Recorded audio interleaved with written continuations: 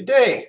Welcome to the final installment in this year's Royal Tyrrell Museum Speaker Series. And before we begin, I'm going to take a few moments to thank everyone who's helped out with the Speaker Series this year. So first and foremost, we want to thank our Museum Friends Society, the Royal Tyrrell Museum Cooperating Society, for hosting the Speaker Series, and the museum as well. The office manager for the Cooperating Society, Patty Ralrick, has been really helpful in arranging funding and making the transition to the live online webinars that we've been doing this year. The Cooperating Society is a nonprofit organization that supports activities conducted by the museum. If you're interested in learning more about the Royal Tyrrell Museum Cooperating Society, please visit the museum's website or click on the link that will be included in the follow-up email you'll be receiving tomorrow as part of your registration. I'd also like to thank my colleague Francois Thierien, who runs and oversees the speaker series, and my fellow junior hosts, Drs. Caleb Brown and Jeff Liston, for inviting some guest speakers and taking on new hosting duties associated with running these webinars. Amanda Brown, Wendy Taylor, and Elaine Secord here at the museum are gratefully acknowledged for their help in advertising the speaker series, doing social media posts, setting up the Zoom registration pages. And early on, we all received a very helpful tutorial from Megan McLaughlin, who ran us through the whole wonderful world of Zoom tutorials, because most of us were Zoom virgins at that point. Keegan Berry and Ken Elsbeth here at the museum for helping us to learn how to use Zoom and running the technical aspects of the webinars every week. We really appreciate your help, guys. The design studio here at the museum for designing the graphics that appeared at the beginning and end of the webinars on social media. All the speakers for taking time to participate in this speaker series this year. The audience for attending the talks on a regular basis, asking questions and providing feedback. Our attendance has varied between about 45 and 110 connections per talk, and from a number of places, not only in Alberta, but elsewhere in Canada and around the world. So we really appreciate you tuning in. And this final talk will conclude the speaker series for this year. And we're not quite sure what next year's version will look like, but we hope to be back. So stay tuned, check the museum website for further details and updates. All right, so today we are hosting my colleague, Dr. Dave DeMar Jr., who'll be talking about the fossil record of tuataras. So I'm really looking forward to this tutorial. That's a good pun, eh? You ever let a good pun die? Dave is from Kentucky and grew up there. After high school, he served in the U.S. Army, where he drove a M1 Abrams tank. And after his service, he went to the University of Wyoming in Laramie, where he did an undergraduate degree. And as part of that study, he worked on microvertebrates from the late Cretaceous of Wyoming. After completing his undergrad, he worked for a few years doing paleontological consulting before going to the University of Washington in Seattle to pursue a PhD, where he looked at patterns of survival and extinction among lizards, snakes, and tailed amphibians across the Cretaceous-Paleogene boundary in Montana. After completing his PhD, he did postdocs at the University of Washington, and then he moved to the Smithsonian, where he did a postdoc there. And since then, he's been a research associate at the Smithsonian and currently based in Detroit. Dave's major research interests are on Mesozoic and Paleogene non-mammalian vertebrates and on patterns of extinction and recovery around the Cretaceous-Paleogene boundary. Today, Dave is going to be talking about a different group of reptiles, one that we haven't heard about yet in our series, the rhynchocephalians, which are a group of long-lived, somewhat lizard-like animals today represented by the Tuatara, which lives only in some islands off the coast of New Zealand. But in the geological past, Tuatara-like animals have had a very extensive record, much broader distribution. So Dave will be enlightening us on those fascinating reptiles today. Dave, I'll turn it over to you. Thanks, Jim. Okay, thanks, Jim, for that great introduction. It's good to be here, and I want to thank you, the Royal Tyrrell Museum, and the Cooperating Society, and everyone else involved in making the speaker series possible. As Jim mentioned, I'll be talking to you today about the Tuatara and its extinct relatives, and I'll briefly go over a new discovery of a new Jurassic Age Tuatara-like reptile from Wyoming. So before I start, I want to highlight my research collaborators on this part of my schooling and understanding of the fossil record, which includes Matt Carano. He was my postdoc advisor at the Smithsonian, and Mark Jones, who is at the University College London and is one of the foremost experts on fossil and living tuataras. I also want to point out these individuals who made this study possible, all of whom were at the Smithsonian during my postdoc tenure. And these folks have helped me from doing field work to fossil preparation, to doing lots of things like the technical side of things, 3D animation, scientific support, and some 2D art. James Morrison was an excellent artist.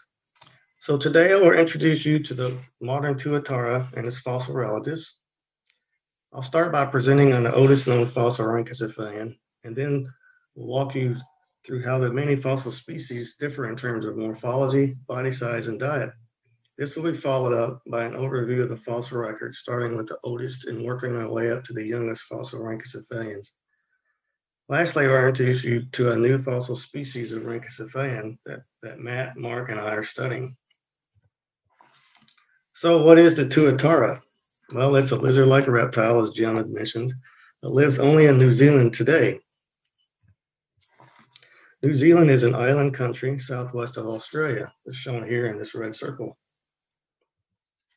Taking a closer look, we see that New Zealand consists of two land masses, a North Island and a South Island, which is surrounded by more than 700 smaller islands, around 35 of which include natural populations of the Tuatara on the northeast coast of North Island and in Cook Strait.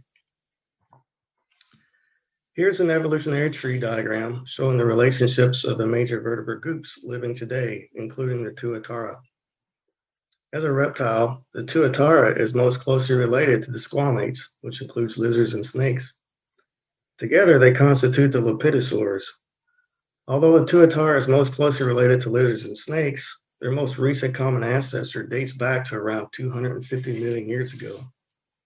As the only surviving member of its clade, called Rhynchocephalia, the Tuatara represents one of 7 major tetrapod lineages, tetrapods being animals with limbs.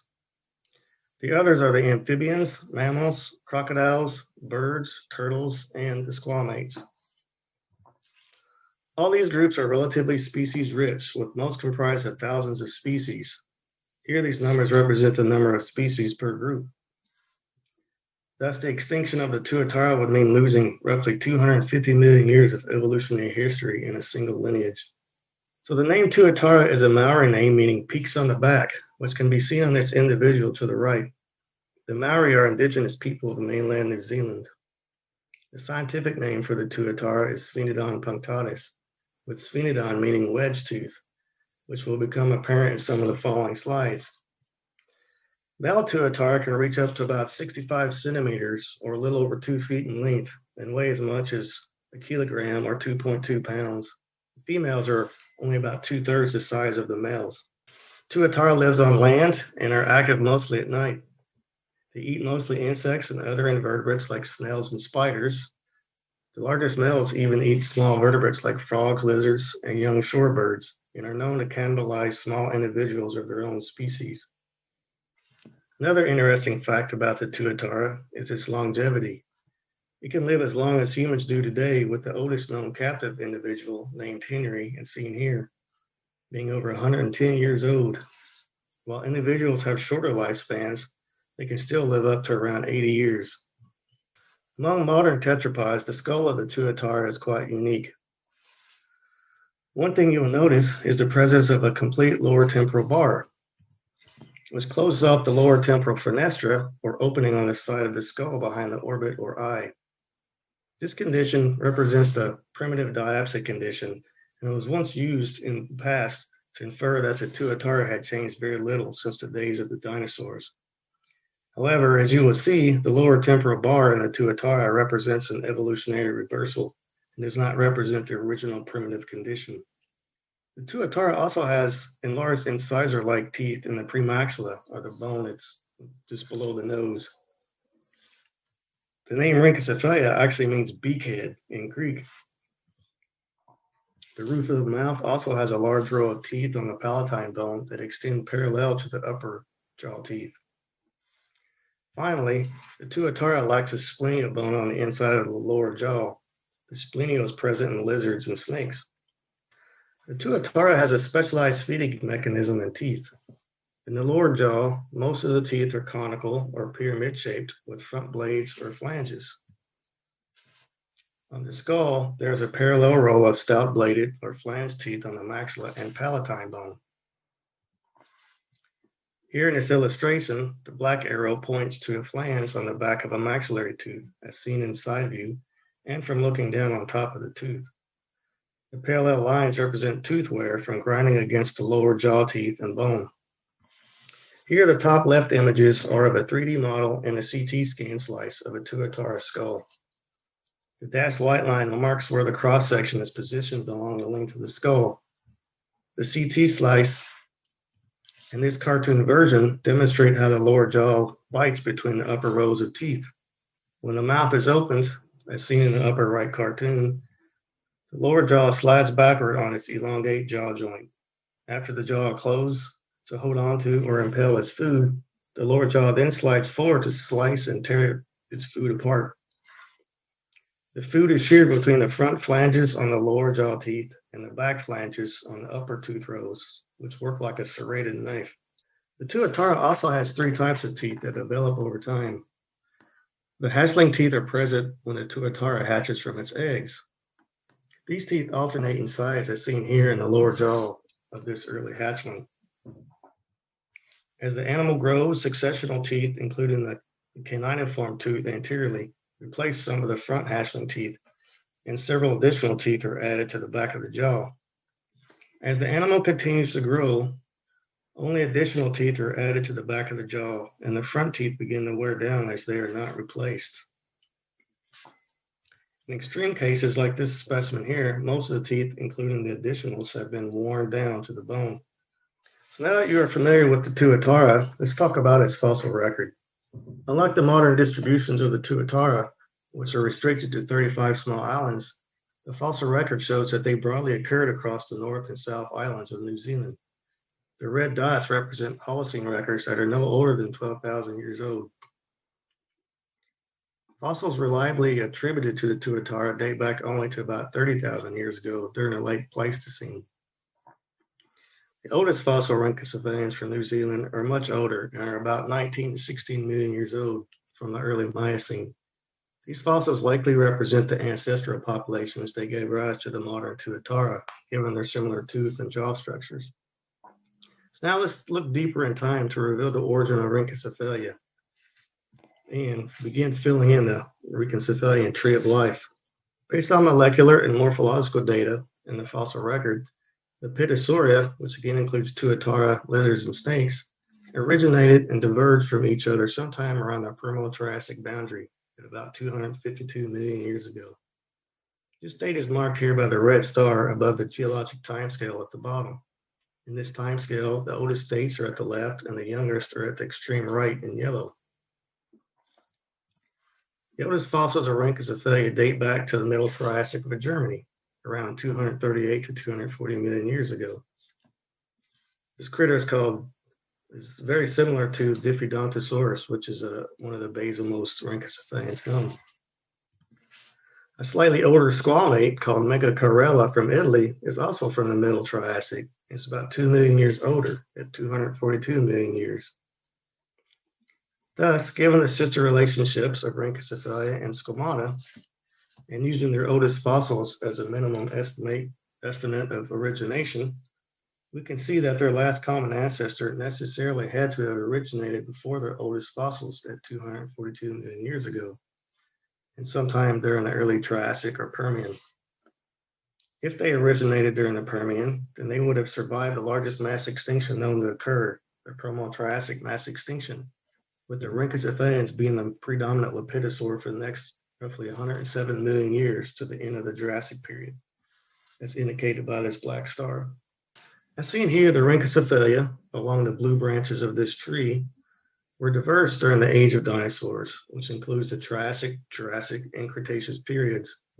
This time-calibrated evolutionary tree, with the oldest states at the bottom, demonstrates some of the major relationships within Rhynchocephalia, as well as the various body shapes and sizes of some of the species. Based on the literature and data taken from the Paleobiology database, which is freely available online, I estimated that there was a minimum of 66 species of Rhynchocephalians, which includes the Tuatara.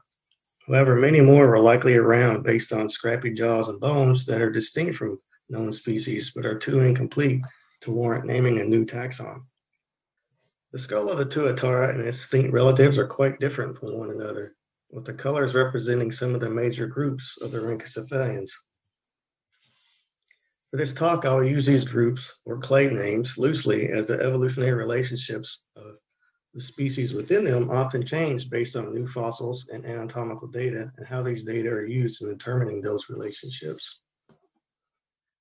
Basal taxa in yellow are the most primitive Rhynchocephalians, followed by the clevosaurs in orange, and then the more derived groups in blue, light green, and gray.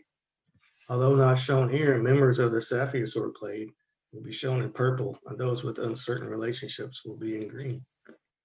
Some observable differences in these skulls include small to large orbits, short to elongate snouts, the lower temporal bar is either absent, short, or long, and whether it closes off the lower temporal fenestra to exhibit the primitive diapsic conditions seen here, for example, in the Tuatara.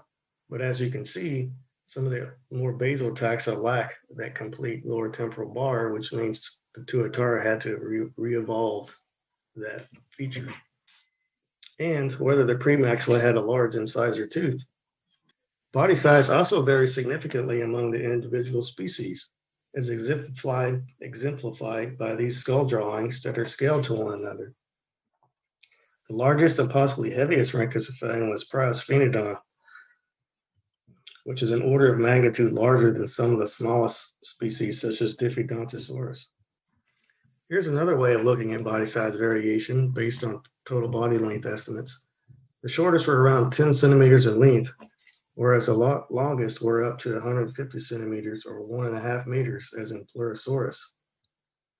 Because most of the fossil record of Rhynchocephalians is based on jaws with teeth, features of the teeth have become important in separating out the various fossil species.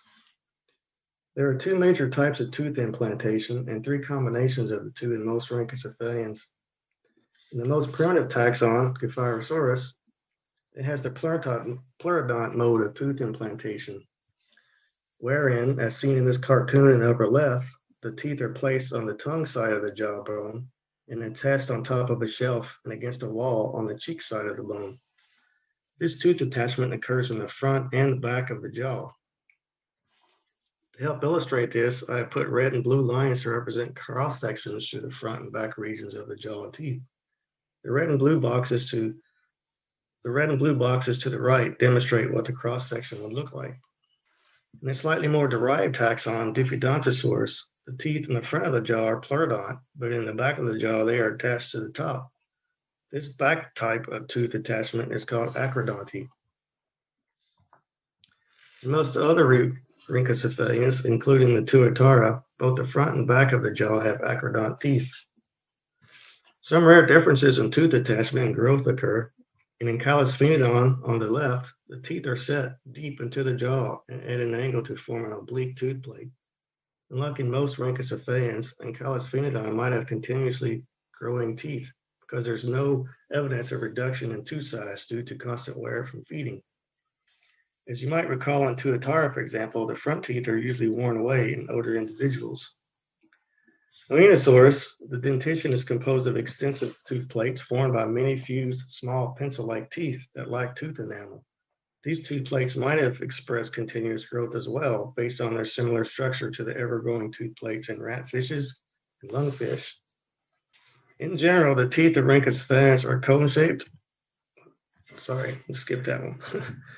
There is quite a bit of variation in tooth shape that corresponds to feeding habits. Here are examples of some tooth types from the lower jaw with a cartoon of the basic tooth shapes in the middle of the slide. For example, in some of the more primitive rhynchocephalians, the teeth are conical and were great for piercing or crushing their food, as they were most likely insectivorous. Clevosaurus and the Tuatara have more elongate teeth with flanges to help cut, slice, and tear apart their food. Clevosaurus likely had a similar diet to young individuals of the modern Tuatara, which feed on small invertebrates. Some have proposed that Clevosaurus may have occasionally fed on plants. The pistodontians, such as Apistius and Melanodon from the Morrison Formation, have teeth that are wider than long and well suited for grinding and shredding their food. In Melanodon, the teeth are very wide, which help to chew plant material. Some taxa, like the Tuatara, have evolved enlarged fangs or caniniform teeth at the front of the jaw. These teeth would pierce and grip the food, which likely helped in subduing the animal's prey. Some taxa possess elongate tooth plates, as mentioned before, which likely means that these taxa fed on hard items such as snails and clams. Rhynchocephalians also lived in a wide array of habitats. Most were terrestrial, such as Clevosaurus and prior Sphenodon, whereas others were likely fully aquatic, like the Pleurosaurs, which had elongated bodies and tails and small arms and legs. The Saphiosaurs, which are closely related to the Pleurosaurs, probably were semi-aquatic. Now let's take a look at the fossil record of rhynchocephalians more deeply and through geologic time, starting with the Triassic record and ending shortly after the extinction of dinosaurs 66 million years ago. This is a map generated from the paleobiology database showing all known occurrences of the Triassic age rhynchocephalians. The individual dots represent each locality, and I have circled them based on what continent they are on. The time scale at the bottom goes from oldest on the left to the youngest on the right. Here I have the Triassic period highlighted in red. Based on this map, we can see that Triassic rhynchocephalians occur on 4 continents and distributed among about 80 localities. Most occurrences are in North America, including Greenland, and Europe, with a few from South America and Asia, such as Western Russia and India. At a minimum, there were at least 25 species in 18 genera, including basal taxa, Clevosaurs, Pistodontians, and several with uncertain relationships. Here are some examples of the taxa that occur in the Middle and Late Triassic and where they are found. You can see, based on the yellow color, that the basal taxa, such as Micromenodon piti, which was recently described by Hans Seuss at the Smithsonian, is found in the Late Triassic of the U.S.A. The oldest taxon, Diffidontosaurus, or CF Diffidontosaurus, this again is from the Middle Triassic of Germany. We have Planocephalosaurus, which is another basal taxon. It's from Europe. And then we have the Clevosaurs, which occur in South America, and Sphenodon and Trulidens, which are the Pistodontians, which likely were the larger herbivorous taxa at that time. During the Jurassic period, rhynchocephalians are said to have reached their peak diversity. Based on my estimates, there were at least 27 species within 21 genera that occurred at 111 localities distributed across 5 continents. Again, most of these occurrences are from North America and Europe, with fewer in Asia, such as China and India. There's others in South America, and now there's one in Africa during the Jurassic. During this time, we see more basal taxa, Clevosaurus, and the Pistodontians, and 2 newcomers, the Pleurosaurs and Saphiosaurs. Thus, we see an increase in diversity in occurrences around the globe. Here are some examples of the taxa that occur during the early, middle, and late Jurassic, and where they are found. Again, we have examples of the Clevosaurs, Here now in North America, we have some in Africa. We have the opisthodontians in North America. We have some more derived taxa that are closely related to Sphenodon from Mexico. We also have the basal pleurosaur vatasaurus that comes from Europe, and the basalmost Rhynchocephalian Gephyrosaurus from the UK. Here are some additional examples, but of nicely preserved skeletons of Saphiosaurus and Pleurosaurus from Germany and France. During the Cretaceous period, Rhynchocephalians took a nosedive in terms of their diversity and global occurrences, with at least 12 species and 11 genera that are known from 28 localities across 4 continents. Unlike in the Triassic and Jurassic, most fossil occurrences no longer occur in North America and Europe, but in South America. Only South America has the late Cretaceous occurrences. All other Rhynchocephalians appear to be relatively derived forms like opisthodontians, Saphiosaurus, and Pleurosaurus, with the exception of a possible Clevosaur from northern Africa. Thus, we see a major decrease in diversity in occurrences around the globe. Again, here are some examples of the taxa that occurred during the early and late Cretaceous and where they are found. The taxon Tingitana, here in orange, from the early Cretaceous in Morocco, might be a late surviving Clevosaur based on the structure of its teeth and results from a new phylogenetic analysis my colleagues and I have recently completed. By the Paleogene and just after the dinosaurs go extinct, only a single unambiguous record of a Rhynchocephalian is known to occur, which is in Argentina, South America. This taxon, called Calvasfina pellegrensis, represents the only known genus of Rhynchocephalia to have survived the in-Cretaceous mass extinction. Its predecessor from the late Cretaceous, Calvasfinodon expectatus, also was from Argentina. These taxa are closely related to the modern Tuatara. So after Calvasfinodon, there is no fossil record of Rhynchocephalians around the world until the early Miocene of New Zealand, which represents a gap of roughly 40 million years. So why did Rhynchocephalians nearly go extinct? Well, one hypothesis is that squamates started out competing them by the Cretaceous. Here's a map showing the Triassic record of squamata, which is meager in comparison to the Rhynchocephalian record at that time. By the Jurassic, their numbers have started to increase significantly. And then by the Cretaceous, the numbers exploded, and they were extremely abundant and widespread and found on every continent versus the much fewer Rhynchocephalians during that time. So now I want to switch gears and briefly show you some research my colleagues and I are working on. This picture shows outcrops of the late Jurassic Morrison Formation that are exposed in northern Wyoming in the United States, which produced the fossil Rhynchocephalian that I will be talking about. Within the western interior of the United States, Rhynchocephalians are found in the late Jurassic Morrison Formation. Specifically here, I will be looking at only 3 areas of interest, which includes the holotype localities of previously named taxa like Pistius, which is at Quarry 9 at Como Bluff in Wyoming, the localities that have produced associated and or partial skeletons and skulls of Rhynchocephalians, which are in Dinosaur National Monument in Colorado and Utah, and the new taxon I will be discussing is from a relatively new site from northern Wyoming called Fox Mesa.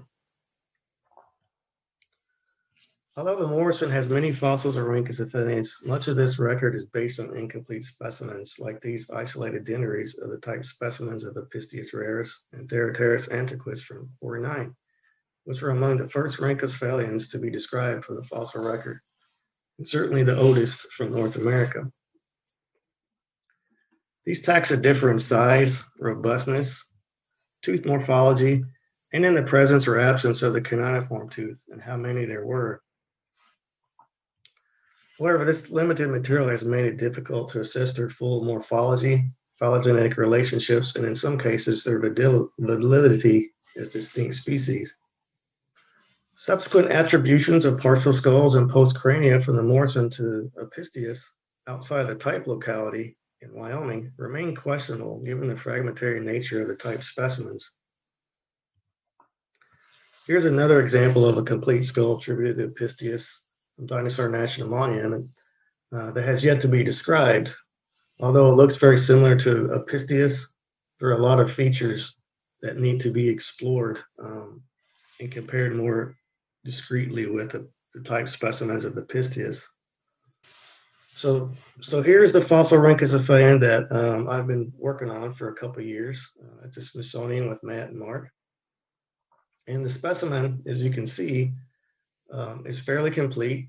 Unfortunately, it is broken in 3 pieces, but although that's the case, it preserves most of it up to the hips.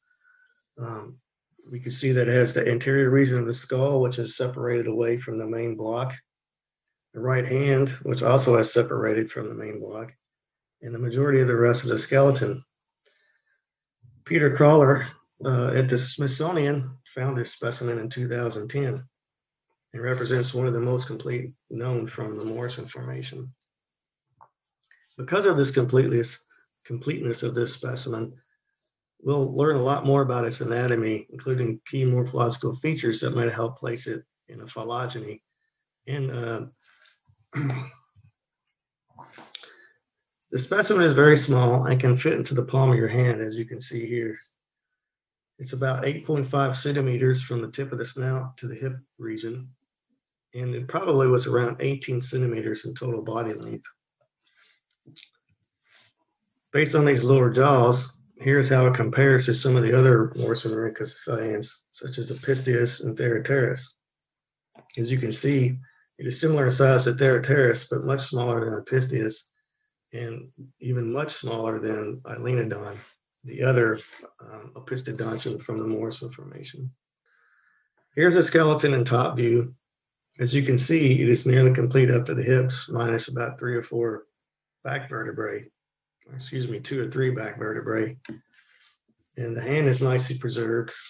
And in this image, you can see where a lot of you can see the humerus, the upper arm bones, or the forelimbs here. Here's a missing section of the back bones. Here, the hip bones, you got part of a femur. And in the hand, which is nicely preserved, it even preserves a few of the wrist bones, a couple of the claw bones as well, or claws. This portion of the skull is well preserved, but crushed. It represents the anterior 2/3 of the skull that is separated from the main block. And the bones are labeled in the drawings on the right. However, to investigate the morphology more furtherly, we did some micro CT scan and digitally reconstructed the skull to learn more about its anatomy. Because the type specimen of the other Morrison taxa, like Pistius and Theroteris, are lower jaws, it was imperative that we see the morphology of that bone in the new taxon, which has been reconstructed here in part. And also, additional elements such as the ectopterygoid and vomers will provide a more thorough picture of its overall anatomy. An interesting finding was the presence of a single isolated tooth on the roof of the mouth in the new taxon, which is found almost exclusively in clevosaurs. As you can see here on the left, in this red circle, there's a small isolated tooth. Here's the skull of the new taxon in the roof of the mouth, and this orange bone, the palatine. You can see that tooth hanging down there. The teeth of the maxilla look very similar to those in Sphenodon. They have a similar shape, similar proportions, and they have a very distinctive distal lingual flange, or a back flange on the back of the teeth.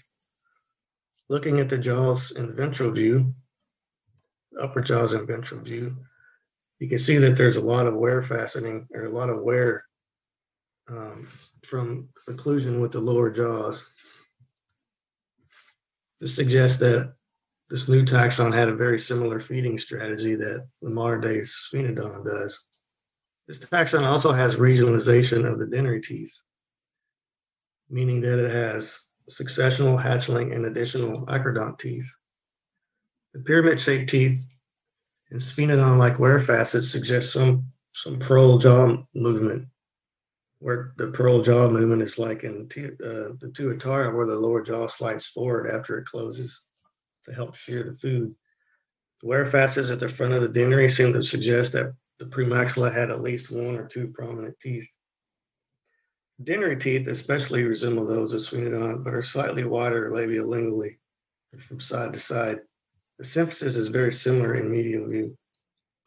So here we use 3D software to uncrush the skull digitally and piece it back together to better understand its skull anatomy and proportions for phylogenetic analysis. Overall, the skull looks very similar to the clevosaurs and things like Platycephalosaurus, which, as you will see in our phylogenetic tree, represents that. Here are the results of our phylogenetic analysis used to determine the evolutionary relationships of 44 rhynchocephalians, including our new taxon from Wyoming. A few squamates and some more ancient reptile lineages were also included as outgroups. Here are the major relationships of the major lineages I have been discussing today, including the basal taxa, clevosaurs, opisthodontians, pleurosaurs, and saphiosaurs. The Tuatara Sphenodon is in the same clade called Sphenodontidae as the opisthodontians, shown here by the dark green bar. The new taxon was recovered near the base of the tree, between the basal taxa and the clevosaurs. This suggested in the Morrison formation that not only were there the more derived opisthodontians, such as Opistius and Alenodon, but that there were that there were also some basal forms. Here we go. There's a new taxon there. So in conclusion, I hope you learned a little bit about rhynchocephalians, the modern Tuatara, and its unique feeding style and habitat, and how, even though the modern Tuatara is very unique in its morphology today, that the morphology of rhynchocephalians in the past were quite disparate, various body sizes, tooth shapes, diets, and that it's quite possible that rhynchocephalians almost suffered total extinction due to competition with lizards. However, there's also evidence to suggest it might have been climate change as the continents started to separate. The inland, there were fewer drier environments, and so the lizards and snakes took advantage of the wetter environments that the rhynchocephalians perhaps did not like. And the new taxon is it's a very interesting taxon, and the new phylogenetic data suggests that the basal taxa extended much further in time than previously thought, especially within the Morrison formation, which indicates that there was not only greater species diversity, but also greater higher level taxon diversity in the Morrison. So with that, I'd like to thank you. And I'd like to acknowledge all of these folks, including many of the folks I mentioned before, and folks at the BLM who allowed access to the site to collect a specimen, and various funding agencies that led to the collection of the specimen. And with that, I'd like to thank you and open it up for questions. Thanks, Dave. Really enjoyed that talk. It's great to get a good overview of, there we go. Get a, sorry, I was a little distracted by the flash. Okay. It's got a disco kind of experience. Yeah. Yeah, great talk. Nice to get a nice overview of that group. We tend to forget just how diverse they were and what an interesting record they have. So really appreciate you bringing us up to speed on that. Mm-hmm. All right, so we do have a few questions, and I'll have a few as well. But I'm going to start off easy. Question from Sarah, who's been a regular attendee and asker of questions. She has a more general question. She said she's always interested in how non-dinosaur paleontologists come to focus on their particular group of animals or area of expertise. So you want to share with us your journey? Sure. Yeah, so obviously, like many paleontologists, dinosaurs are what kind of got us interested in paleontology. And obviously Jurassic Park, the film sort of like was a great inspiration for that, for me at least. But then when I was in Wyoming and I started working on my first ecology research project, Brent Breithaupt, who at the time was um, the curator there at the Geological Museum at the University of Wyoming, had some late Cretaceous fossils that were collected from microsites, and microsites are basically these large concentrations of disarticulated, disassociated small bits of teeth and bone and scales and scutes of often a wide variety of different taxa. And these microsites often include the teeth of the much larger dinosaurs. And so the microsites offer us a much better understanding of the overall communities that live together at specific points in time. And the first project that I really delved into was on the Mesa Verde. It's late Campanian, so in the late Cretaceous from Wyoming, called the Mesa Verde Formation. And I kind of got to know the fauna quite well, which included the fishes, the amphibians, the reptiles like lizards, snakes, crocs, dinosaurs, and there's some mammals, amphibians in there. But it wasn't until I got to the University of Washington when I started working with my PhD advisor, Greg Wilson, Jim Garner here. He was also on my committee. I kind of got interested in studying the amphibians and the lizards and snakes as part of a growing series of different animal groups, looking at their diversity through time leading up to the extinction boundary and after that. And so during that time, I really got interested in the tailed amphibians, the salamanders, and the extinct albinerpetontids, and the lizards and snakes from the Elk Creek Formation and the overlying Fort Union Formation in Montana. And so I learned a lot more about their morphology and their systematics, and so that's basically how I got into basically becoming a paleoherpetologist. And yeah, so that's how it went down. Right? Yeah, for most of us, dinosaurs were our gateway animals into the wonderful world of paleo. And yeah, and there's just so many cool and fascinating groups that one could work on. And it's kind of nice to work with groups that don't have a lot of other people working on them as well. Yeah, exactly. Yeah. There's less fighting among the paleontologists for specimens. Yeah. No, we're all fairly collegial, which is good. Yeah. All right. So your colleague Matthew Carano has posed a question here. Do you think it's likely that rhynchocephalians will eventually be found in the Cretaceous of Antarctica?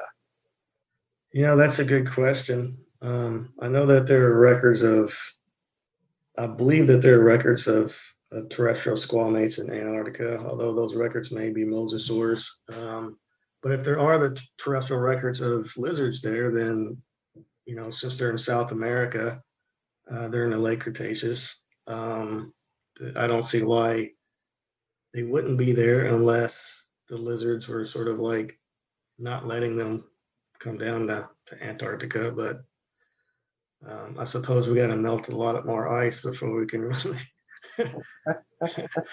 start to see the entire picture. But it's possible for sure. Yeah. Well, no doubt there recently had been fossil frog material reported from Antarctica, so now we have frogs from all continents, and maybe the same will be true with rhynchocephalians. Yes. All right. Question from one of our museum staff here, Dan. Besides pleurosaurs, which appear to be aquatic, were all the other rhynchocephalians occupying small terrestrial predator niches? Yes, for the most part, they were all small to medium-sized faunivores, which means that they ate invertebrates and like insects, and the largest eating vertebrates. Um, I believe that. So what was? Let me think.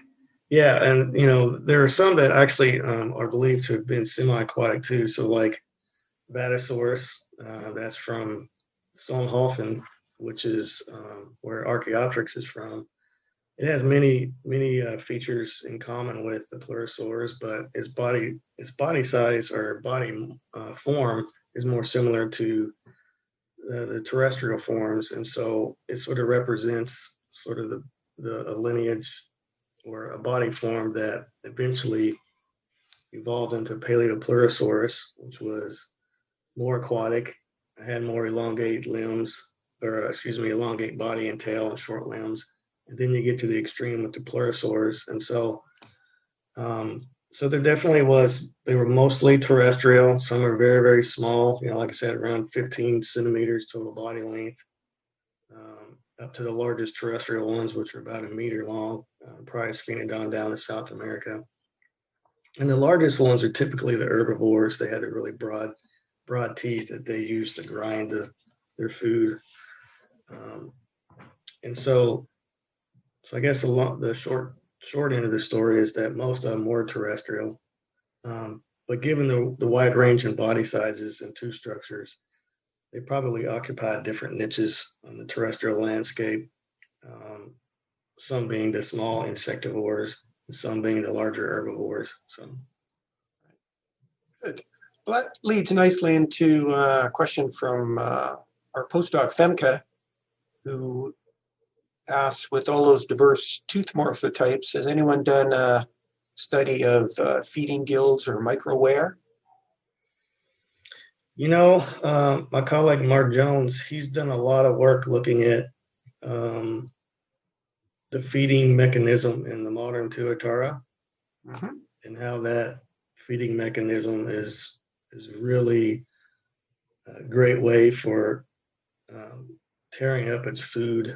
As the lower jaw closes and you got the single teeth in the bottom, and then the lower jaw slides forward after it closes, and then it opens up, swings back, comes up, and then goes forward again. And during that mechanical process, you see a lot of wear on the upper teeth and the lower teeth, and in some cases the wear is so deep on the jaws that it starts to they develop what they call secondary bone or dentine on the outside of the jaws to help with not cutting too deep into the bone. And so as far as the microwear goes, at least in the fossil rhynchocephalians, I don't recall any papers or research done on that, but that doesn't mean that there hasn't been any. Right. I've mostly focused on the diversity and the phylogeny of these animals. And so you could always reach out to Mark Jones at the University College London, and I'm sure he can tell you a lot more about that. Right. All right. Sounds good. Another tooth question. Catherine is asking about the evolutionary loss of continuous tooth replacement. Do we know what the timeline is, and if it's associated with changes in enamel or tooth morphologies? So Gephyrosaurus, which is the oldest rhynchocephalian, it had pleurodont dentition, and the teeth were like lizards, I believe, constantly replaced. And so they're always replacing their teeth. And so they didn't have to worry too much about wearing their teeth down. And then when you get to Diffidontosaurus, the next most crownward taxon, you see the beginnings of the attachment of the teeth on the top of the jaw and the back of the jaw, but anteriorly they still had those constantly replacing teeth. And then shortly after that, most other rhynchocephalians had fully acrodont dentition, and that happened sometime probably, I think Diffidontosaurus is, if I remember correctly, is from the late Triassic. So somewhere around the late Triassic, early Jurassic is where they stopped replacing their teeth. And interesting, you should ask about the enamel thickness or the presence of enamel. Most of them have enamel. Like there's this common idea that Tuatara lacks teeth, true teeth, and that it just has a serrated lower jaw, which is not the case. They actually do have teeth with enamel. It's just difficult to tell the difference or the separation between the tooth and the lower jaw because of the bone that surrounds the base of it.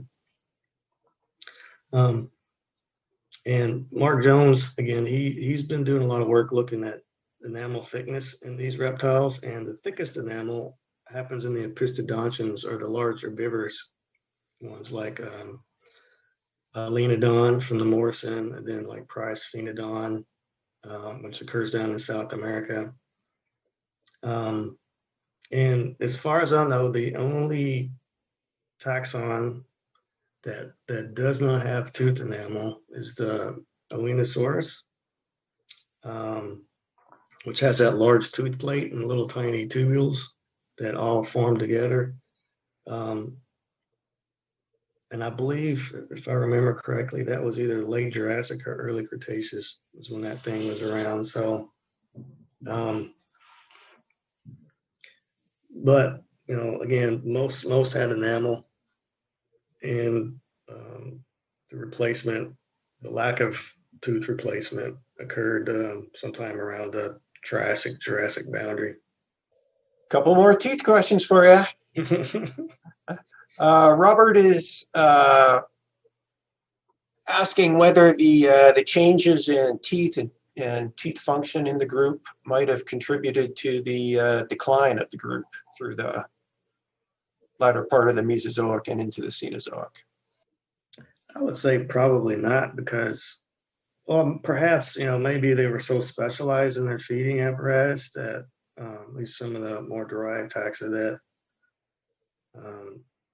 maybe the particular ecological niche that they were taking part of was no longer around, maybe the food type or something.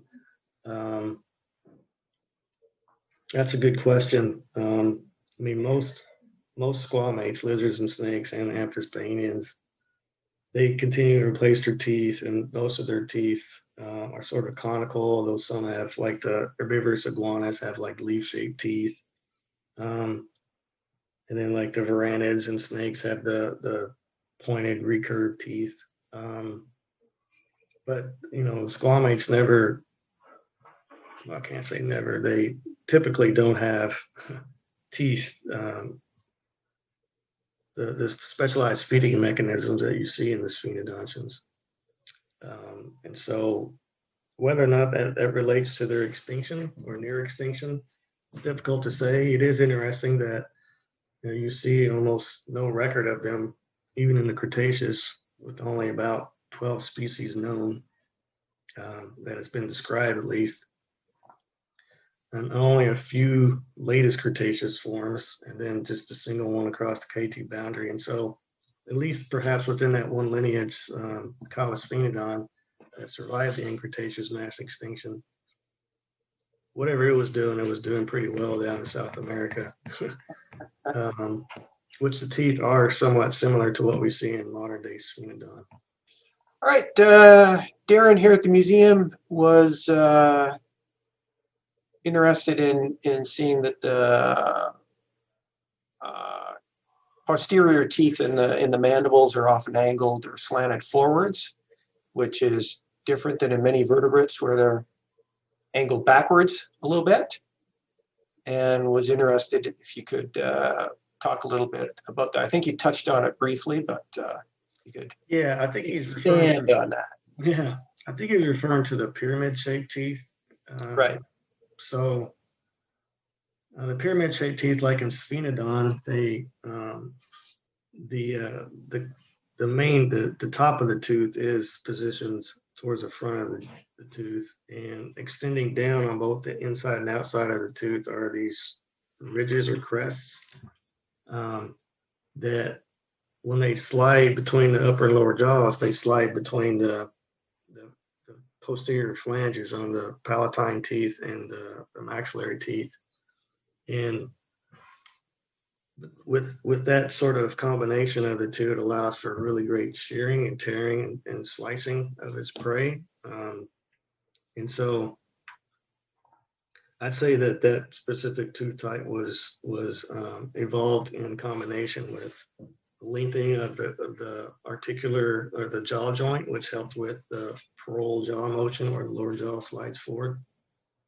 In plesiosaurs, they also have, well, they don't have those pyramid-shaped teeth, but essentially their lower teeth are basically mirror images of the maxillary teeth, where the main cusp is forward with the flange on the back, and on the lower jaws, the flange is on the front, and the cone part is on the back.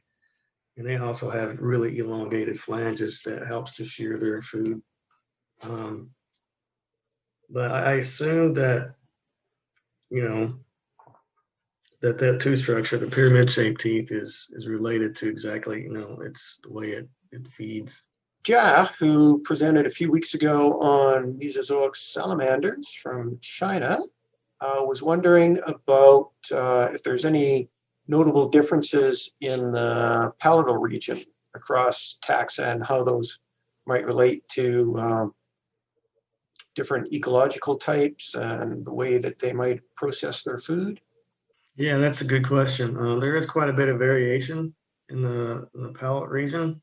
For example, in modern Sphenodon, that lateral row of teeth that's on the palatine, it is completely, along its entire length, it's completely parallel with the maxillary tooth row.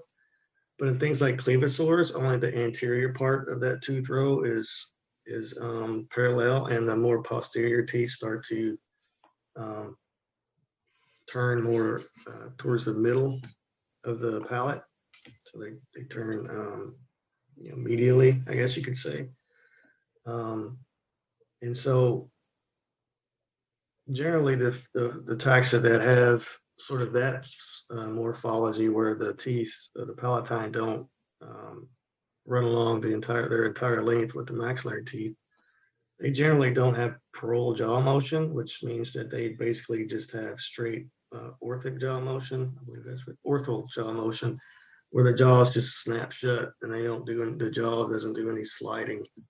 And so that morphology seems to be related to an orthal jaw motion, at least in some sense. There's quite a bit of variety in numbers of teeth and tooth rows on the upper jaw as well. Like in the more basal taxa, like Caphyrosaurus and Diffidontosaurus, they've got lots of teeth on all their upper jaw bones or their palate bones, like the vomer, the palatine, and pterygoid. They also have more or less just pointed conical teeth. So they're doing something very different in terms of what they're feeding on. They're very small too, so they're probably just eating insects. I doubt they're eating hard-shelled insects because their teeth aren't very stout and they're really small, basically, relative to those in more advanced rhynchocephalians. There's also the acuity between the palatines that is narrowly separated all the way to broadly separated, which probably has something to do with perhaps variation in feeding morphology. I'm not aware of, but yeah, so there is quite a bit of variation in those forms. And I know in clevosaurs, for example, which based on the work I'm doing with Mark and Matt, the ectopterygoid bone, which extends off the pterygoid, has a really elongate front process that connects with the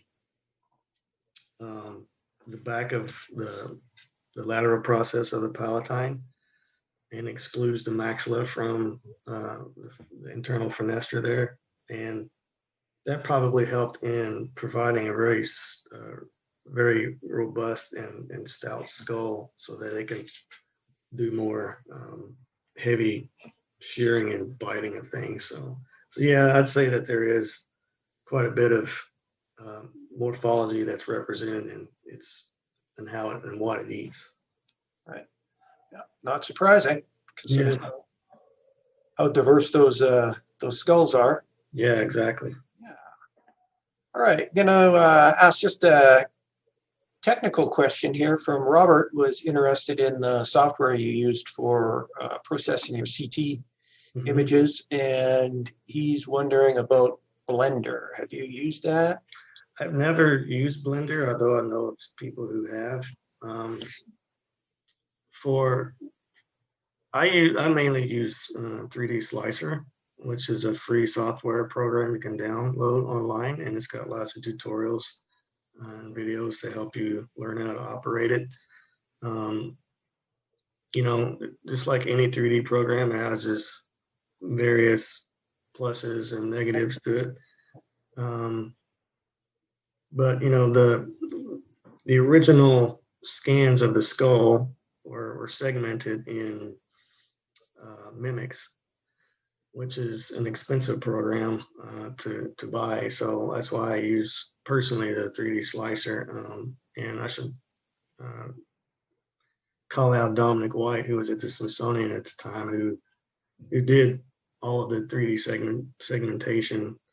And then he created the surface models, which I then took and put into the program Maya, which I took each individual segmentation, and all the bones were separated and jumbled, and I just went through and digitally rearticulated them all to create a 3D model of the skull that you saw. And so that program that I used was a student version, so it didn't cost anything. I don't know if they still have that, but if you're at an institution, research institution or a college, you should be able to get a free license for a student version of that. Okay, well, sounds like a few options there for Robert and anyone else who's interested in trying to play around with that. Great. Okay. Question here from Francois Thierien here at the museum. Can you discuss the evidence for possible competition between squamates and rhynchocephalians? Are members of one clade less abundant or diverse when members of the other clade are present? Ooh, that's a good question. Initially, based on what I showed you with the maps, and that when you start seeing, they're in the Triassic and Jurassic, the rhynchocephalians were pretty abundant and far spread across the globe. And the squamates were not. It wasn't until the Cretaceous that you see an explosion in their diversity. And so direct competition may have played a role in that. And what that whether the competition may have been for, they seem to have had different feeding strategies. So I don't know if food items would have necessarily been the issue, but perhaps competition for territory or whatever. This is an hypothesis or a question I haven't really thought about too much. The other idea is that during the Cretaceous, all the continents start to split apart, and therefore all of the insulated interior of like Pangaea, was a lot drier on the interior. And as they started to split apart, the coastlines of all of the continents started becoming more tropical. And so perhaps the changing in ecology and the environment, or the changing in environment and climate, led to the downfall of the rhynchocephalians. But those are hypotheses that I think have yet to be rigorously tested. And so I don't know if any, like at least in North America, the lizards, at least during the Cretaceous, were mostly these things that look like teaids today, like called polyglyphanodontids or boreoteioids. They're very teaid-like, which are whiptail lizards. And they're some of the largest ones. For instance, like the latest Cretaceous one, that big one that's herbivorous, Polysphen, no, not polysphen. I forget the name of it. It's a big brain fart.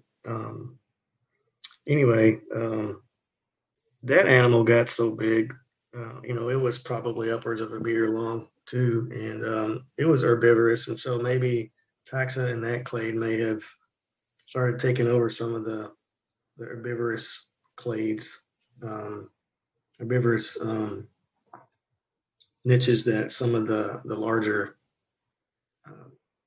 Cretaceous rhynchocephalians like prize Sphenodon, and at least in North America, I think the youngest one is possible Pistius, but it was less herbivorous than, say, Eilonodon from the Morrison. So it's a good question. Haven't really pondered that too much, but certainly something a new study for a grad student somewhere.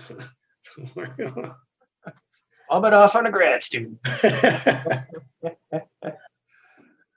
And Sarah's back for one final question from her this year.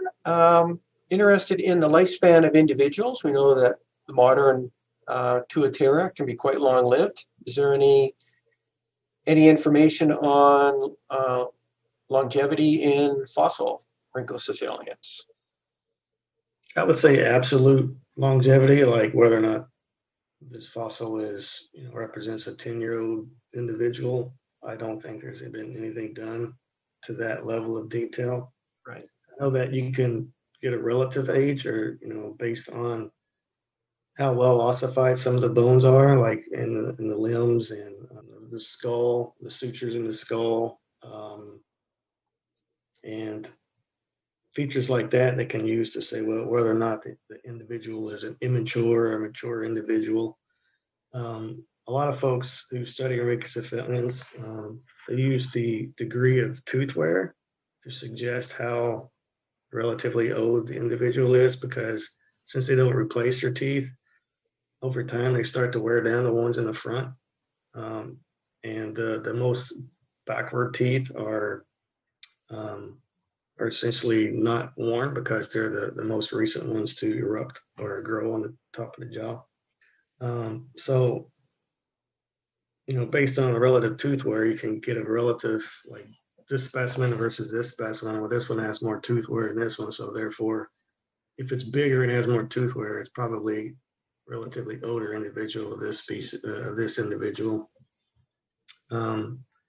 However, tooth wear does not always correlate with age, because I've seen small specimens of Sphenodon that had more tooth wear than much larger ones. So that means that there could be a difference in regional diet. Like some may be feeding more on insects, and in other places are feeding more on hard-shelled organisms that just because of whatever's available at that time. However, I got to thinking today that when you're looking at modern day Tuatara, the males are much larger than females, and so maybe some of those much smaller jaws with more wear are just older individuals of the females. So that could play into it too. So sexual dimorphism could be at play as well in the fossil record, but I don't think anybody's attempted to approach that either. So yeah, so as far as an absolute age, like whether or not this thing's 80 years old, no, I don't think it's possible. You might be able to do some cross-sectioning of the bones, and then maybe look at growth, perhaps growth rings, but through the limb bones, but I don't know if anybody's done that. I know some sectioning has been done looking at some of the aquatic, I think the Saphiosaurs maybe, or no, the Pleurosaurs, and looking at how those individual limbs developed, but I don't think it was used for dating, like how old they were, but more about related to how they're very thick compared to other terrestrial ones. So, okay. All right, two final questions. I'm going to combine them into one. Just a couple of folks interested in what's the status of the Tuatara in New Zealand now? Endangered? Are the populations doing okay? Or is there captive breeding going on? Yeah, there's certainly captive breeding going on. For instance, where Henry, that long-lived Tuatara I showed you, there's a museum down in southern New Zealand where they've got a number of, I can't remember how many individuals, maybe over 100 individuals. You'd have to look it up. Just go back and watch the video and you'll see the name of the museum on that slide. I think the website's there too. You can visit. But yes, there are actual initiatives to save the Tuatara. I believe the Tuatara was the first animal to have been put on a conservation list. So, other than the 35 islands that they're restricted to today, I think there might be another, not only on the South Island, New Zealand, but I think there are other places on the North Island that are doing similar things with regrowing populations, which is good because, like I said, it's the only living species of its kind. And once you lose that animal, you lose 250 million years of evolution, which will be a sad day when that happens. But yeah, and New Zealand makes a big deal about the Tuatara because it is only found there, and because it's rare, and so they're doing everything they can to save the Tuatara.